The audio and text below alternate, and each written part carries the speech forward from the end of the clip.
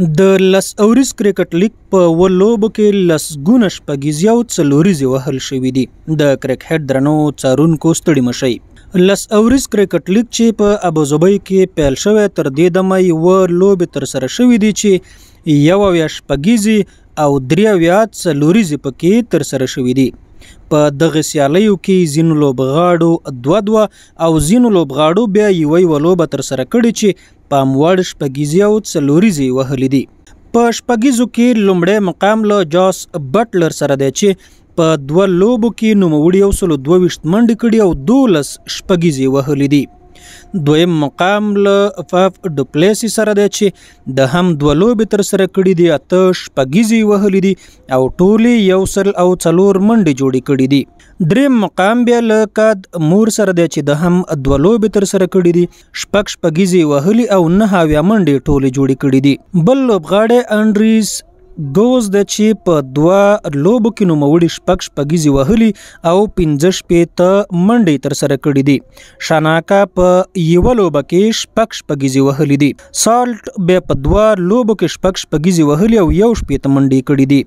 چارلس په یوه لوبه کې بهترینه لوبه کړې، 6 شپږیزې وهلي او 54 ټولې منډې جوړې کړي دي. واندي اردوسن په یوه لوبه کې 15 شپږیزې وهلي او 12 منډې کړي دي. محمد نبی ساخیل په 2 لوبو کې 40 منډې کړي او 4 شپږیزې وهلې دي. کریس لاین په یوه لوبه کې 3 شپږیزې وهلي او 8 منډې جوړې کړي دي. ټایلر په 2 لوبو کې 2 شپږیزې وهلې دي. ماریارس په 2 لوبو کې 2 شپږیزې وهلې دي. لیات او شیرفن راترفورد هم 2 شپږیزې وهلې دي او سټوینس بیا په 2 لوبو کې 1 شپږیزه وهلې ده.